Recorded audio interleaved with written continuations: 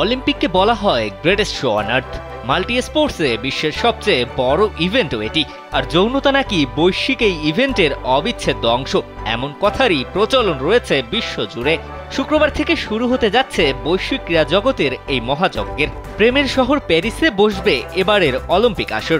Greatest show on the আর্থের countdown শুরু হয়েছে অনেক আগেই। একই সঙ্গে চর্চা চলেছে প্যারিস গেমস ভিলেজের বিশেষ এক খাট নিয়ে, যে বিশেষ খাটকে বলা হচ্ছে এন্টিসেক্স বেট।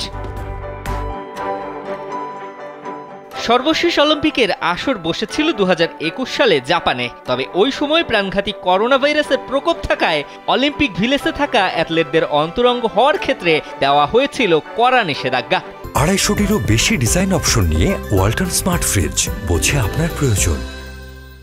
টোকিও অলিম্পিকের সেই আসরে এন্টিসেক্স বেট কনসেপ্ট চালু হয়েছিল, তাই তো বলাই যায় অলিম্পিকের ইতিহাসে এই বিশেষ খাট নিয়ে আলোচনা এবারই প্রথম নয়।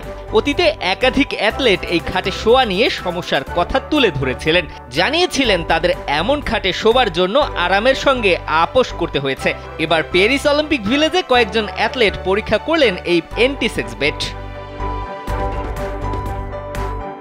অলিম্পিক ভিলেজে অ্যাথলেটদের জন্য কার্ডবোর্ডের তৈরি বিছানা দেওয়ার পেছনে অন্য উদ্দেশ্য আছে বলে যে রটনা, তা আসলে সঠিক নয় বলে দাবি কোনো অ্যাথলেটের। কিন্তু প্রতিযোগীদের মধ্যে সন্দেহ যে তাদের শোবার জন্য কার্ডবোর্ডের তৈরি বিছানা দেওয়ার আসল উদ্দেশ্য যাতে তারা ঘরে সঙ্গী আনতে না পারেন এবং বিছানায় যৌন সম্পর্ক স্থাপন করতে না পারে।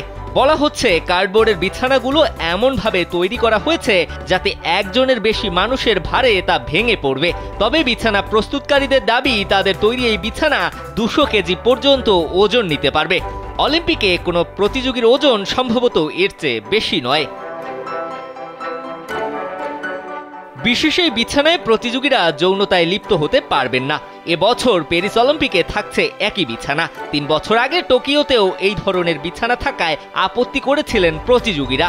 তাদের অভিযোগ এই ধরনের বিছানায় স্বাচ্ছন্দ্যের অভাব রয়েছে। কিন্তু প্যারিস অলিম্পিকেও আয়োজকরা সেদিকে কান দেননি।